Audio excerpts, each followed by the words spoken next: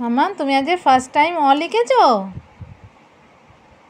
হ্যাঁ, অয়ের এখনো হাত হয় না, কিন্তু অ লিখেছে। দিশানিকে দিশানির এখনো 3 বছর হয়নি।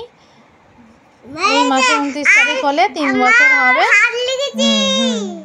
সেই জন্য ওকে মুখে মুখেই পড়াশোনা করাতাম, কিন্তু এখনো অবধি পেন্সিল বা কিছু দিইনি। কারণ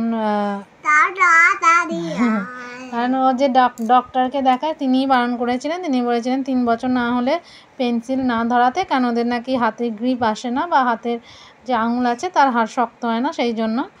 তো এখন 3 বছর হতে দেরি আছে, কিন্তু একটু একটু করে ধরে ধরে ড্রয়িং করা বা করা শিখিয়েছি। হ্যাঁ, তো দেখুন আজকে 3 বার হাত ধরিয়ে ধরিয়ে লিখিয়েছি, তারপরেও নিজে নিজেই চেষ্টায় লিখছে। এটা আমার কাছে খুব আনন্দ বিষয়। সব বাবা মায়ের কাছে এটা বোধহয় খুবই আনন্দের বিষয়, যখন তার ছোট ছোট সোনারা নিজে হাতে লিখতে শেখে বা কিছু করতে শেখে। সেই জন্য তোমার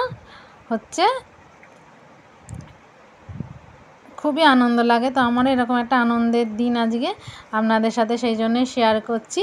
তো আপনারা ওকে আশীর্বাদ করবেন যেন ও বড় হতে পারে, ভালো মানুষ হতে পারে। তো টাটা। আর কিছু বলবো? তো দিশানি পড়াশোনা করতে থাকুক, আরও নতুন নতুন ভিডিও নিয়ে আসবো দিশানির। আর মেনলি আমি দিশানির পড়াশোনা নিয়েই ভিডিওগুলো বানাই। তো আপনারা পাশে থাকবেন।